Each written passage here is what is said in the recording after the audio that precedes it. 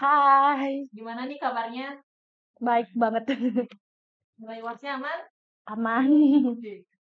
Boleh dong Kak perkenalan diri dulu. Oh, mungkin aku duluan ya, sorry. Jadi perkenalkan nama aku Randy, di sini sebagai menteri dari Kementerian Luar Negeri dan ada partnerku.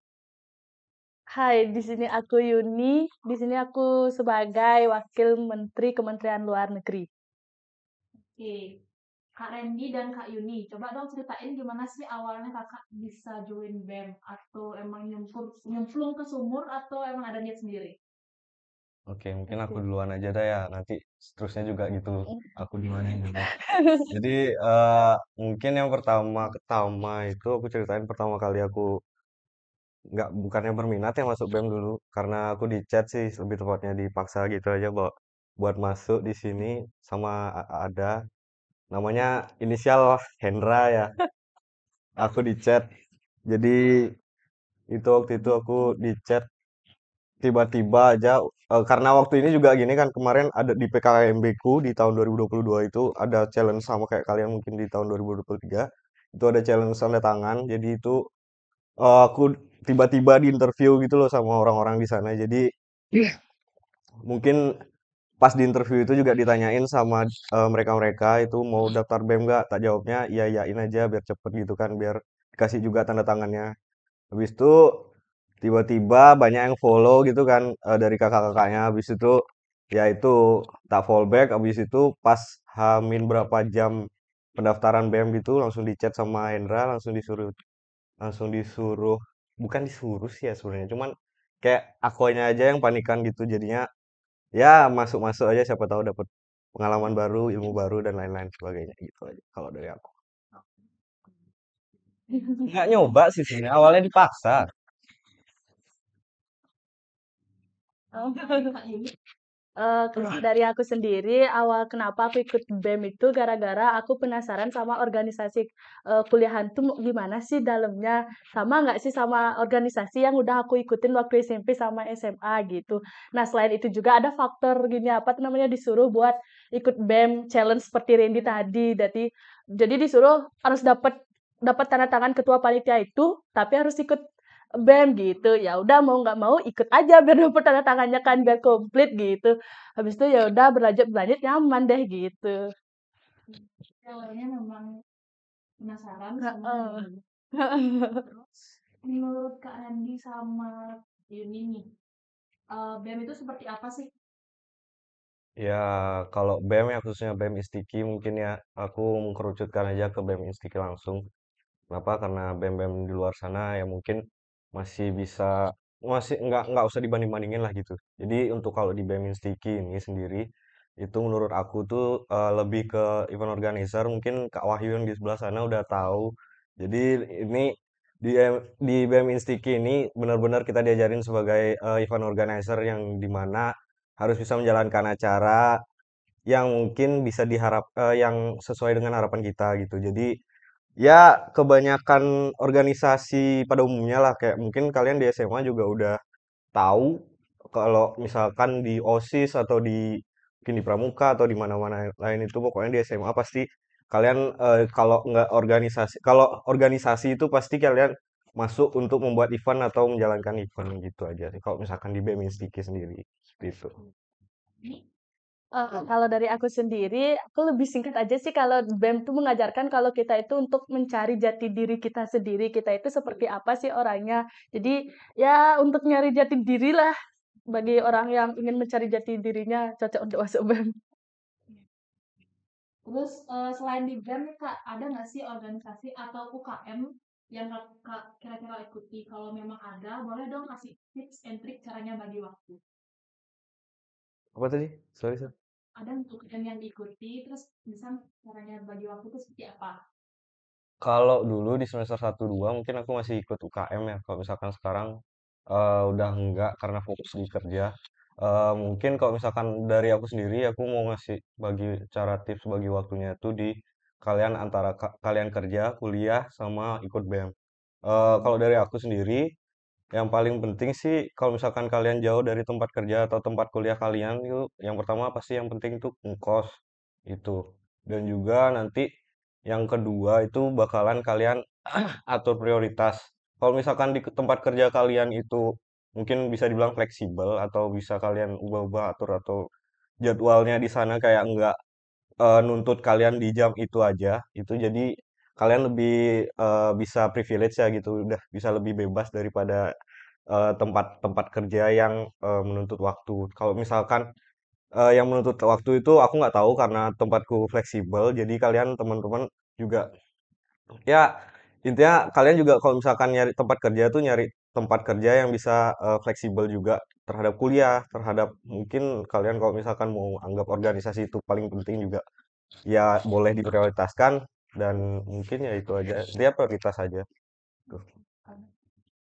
Kalau dari aku sendiri, dari semester satu itu sebenarnya aku tuh kan nggak tahu ya sistem di sini tuh gimana buat ikut UKM gitu ya. Jadi waktu semester satu itu aku ikuti banyak UKM tuh. Ada UKM IDC, Nasi Kuntan, sama kalau BEM udah pasti itu. Jadi karena aku nggak tahu, aku kira kayak itu pertemuannya bakalan online gitu. Jadi ya udah aku ikutin aja. Ternyata pada saat setelah beberapa minggu aku ikutin, itu jadwalnya banyak banget yang bentrokan.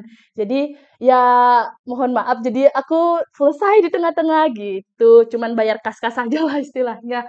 Terus untuk semester ini, itu aku cuman ikut satu UKM aja sih, itu UKM Rasi Kuntan, karena aku juga sekarang lagi kerja ya.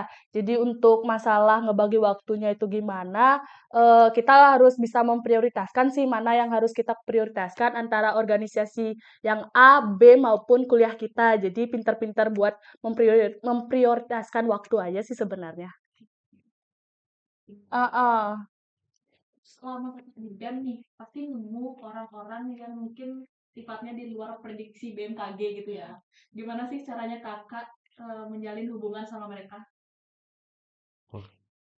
Kalau dari aku apa ya orang kayak gitu sih sebenarnya gimana ya kalau misalkan manusia sih dibilangnya kan emang ini ya apa beda-beda sifatnya ya kan sesuai dengan slogan Indonesia slogan apa sih namanya Bhinneka Tunggal Ika tuh ya itu intinya berbeda-beda tapi tetap satu jadi ya biarpun orang itu mungkin sebandel apapun sebengal apapun sebelar apapun seapapun itu mungkin ya dia juga manusia gitu ya udah kita manusiakan manusia aja di sini gitu.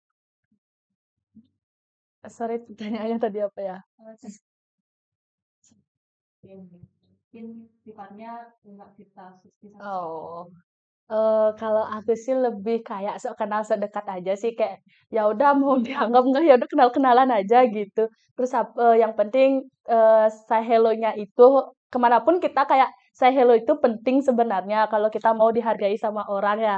Jadi lebih buat kalau kita mau dekat sama mereka, ya udah mau nggak mau kita harus kenalan duluan. Jadi ceria sama sok kenal aja sih intinya.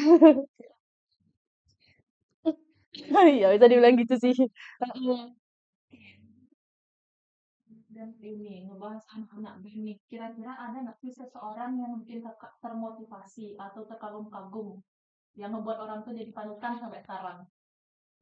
Mungkin ada beberapa sih ya mungkin dibilang kalau misalkan di angkatan yang dulu itu ada satu orang inisial Yogi ya itu lumayan bisa dijadiin teman curhat habis itu ya ya orangnya emang cool itu kok ya cool itu sekeren itu seganteng itu dan juga orang itu yang benar-benar mungkin bisa dibilang agak mengubah sifatku yang dulu jadi yang sekarang mungkin ya kalau misalkan yang sekarang buruk tapi ya mungkin ada perubahan lebih baik juga yaitu untuk Yogi. Yang kedua ada Wahyu. Wahyu itu kita udah temenan dari SMA ya. Dari SMA tuh dari aku kelas 2 dia kelas 1. Itu dulu bener-bener orangnya introvert banget ya, tak suruh cari temen nggak mau. Tapi sekarang syukurnya udah bisa gini. Jadi itu mungkin bisa saya jadikan motivasi tersendiri gitu loh. Jadi dari orang yang benar-benar gini, yang benar-benar tertutup banget sampai orang yang mungkin sekarang udah lebih baik gitu. Jadi ya motivasi buat diri untuk jadi lebih baik lagi gitu. Hai manis. Kalau dari aku sendiri tuh, aku tuh nggak bisa buat ngebedain mana yang harus aku jadi panutan. Jadi, tapi pada intinya kalau aku itu semua aku jadiin panutan, tapi aku ambil yang positif-positifnya aja gitu. Jadi yang baik-baiknya aja sih yang aku ambil. Jadi aku tidak bisa buat memilih, oh orang ini harus aku jadiin panutan nih. Jadi seperti ini aku nggak bisa kayak gitu. Jadi cuma aku bisa buat menilai mana yang baiknya. Kayaknya orang ini apa ya,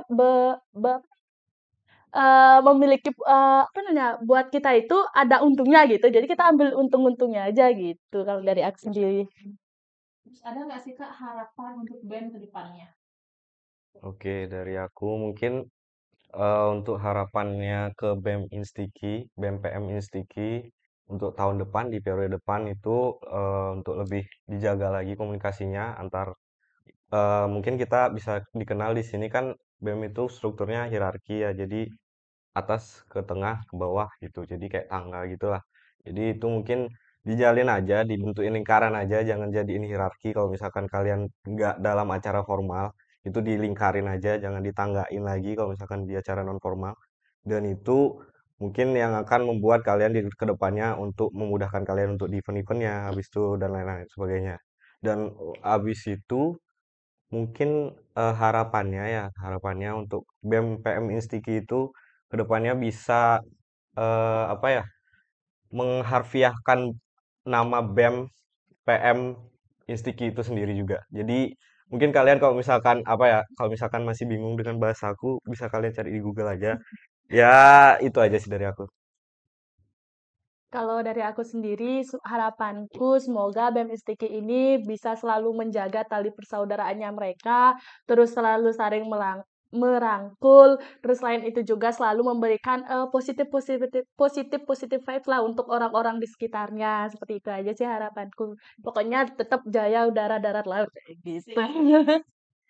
Dan yang terakhir nih Kak, boleh dong kasih satu quotes nih buat teman-teman. Oke, mungkin dari aku, kursku dari zaman apa ya, dari zaman mungkin SMA dari kelas 2 ya, ya itu pertama kali aku ketemu Wahyu juga di event itu. Itu aku bertemu dengan satu motivator atau pembicara di sana waktu seminarnya. Itu memberikan suatu kutipan yang sangat-sangat mungkin apa ya, mendalam bagiku diriku sendiri. Itu quotes-nya terbentur. Mungkin kalian bisa cari aja atau apa mengharfiahkan atau menjelaskan mendeskripsikan apapun itu dimanapun itu nanti ya kalau misalkan dari aku sendiri itu aja quotes-nya. Kalau Kalau dari aku sendiri, quotes-nya itu tetap jalani hari-hari kalian dengan semangat meskipun hari-hari yang akan kalian jalani tidak sesuai dengan ekspektasi kalian. Oke, terima kasih waktunya Kakak ini dan Kak Hendy. Boleh pamitan ke teman-teman. Bye-bye. Bye-bye guys, ketemu bersama kita di lain waktu.